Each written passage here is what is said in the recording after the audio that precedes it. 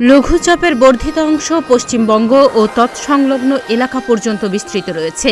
এর ফলে আগামী 5 দিন দেশের বিভিন্ন অঞ্চলে হালকা থেকে মাঝারি ধরনের বজ্রবৃষ্টি হতে পারে বলে জানিয়েছে আবহাওয়া অধিদপ্তর। আবহাওয়া অফিস জানায়, লঘুচাপের বর্ধিত অংশ পশ্চিমবঙ্গ ও তৎসংলগ্ন এলাকা পর্যন্ত বিস্তৃত রয়েছে। সেই সঙ্গে মৌসুমের স্বাভাবিক লঘুচাপ দক্ষিণ বঙ্গোপসাগরে অবস্থান করছে।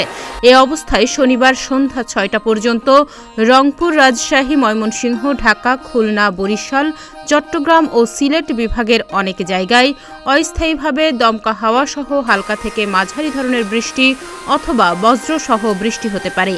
পাশাপাশি এই সময়ে দেশের কোথাও কোথাও মাঝারি ধরনের ভারী থেকে ভারী বর্ষণ হতে পারে। এছাড়া সারা দেশে দিন ও রাতের তাপমাত্রা প্রায় অপরিবর্তিত থাকতে পারে।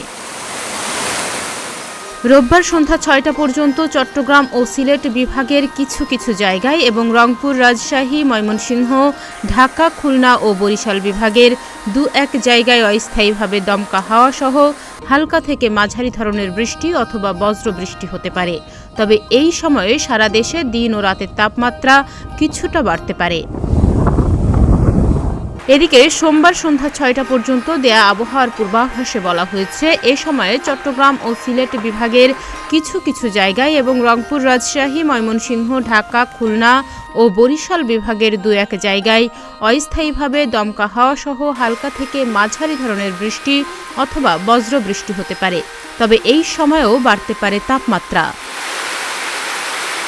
অন্যদিকে মঙ্গলবার সন্ধ্যা 6টা পর্যন্ত সিলেট বিভাগের কিছু কিছু জায়গায় এবং রংপুর, রাজশাহী, ময়মনসিংহ, ঢাকা, খুলনা, বরিশাল ও চট্টগ্রাম বিভাগের 2-1 জায়গায় অস্থায়ীভাবে দমকা হাওয়া সহ হালকা থেকে মাঝারি ধরনের বৃষ্টি অথবা বজ্রবৃষ্টি হতে পারে।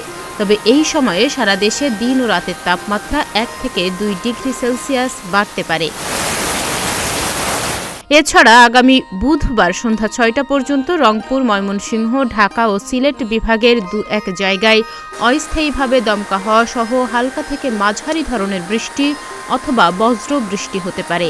তবে এই সময়েও সারা দেশে দিন ও রাতের তাপমাত্রা কিছুটা বাড়তে পারে। তাহমিয়া ইয়াসমিন, প্রতিদিনের বাংলাদেশ।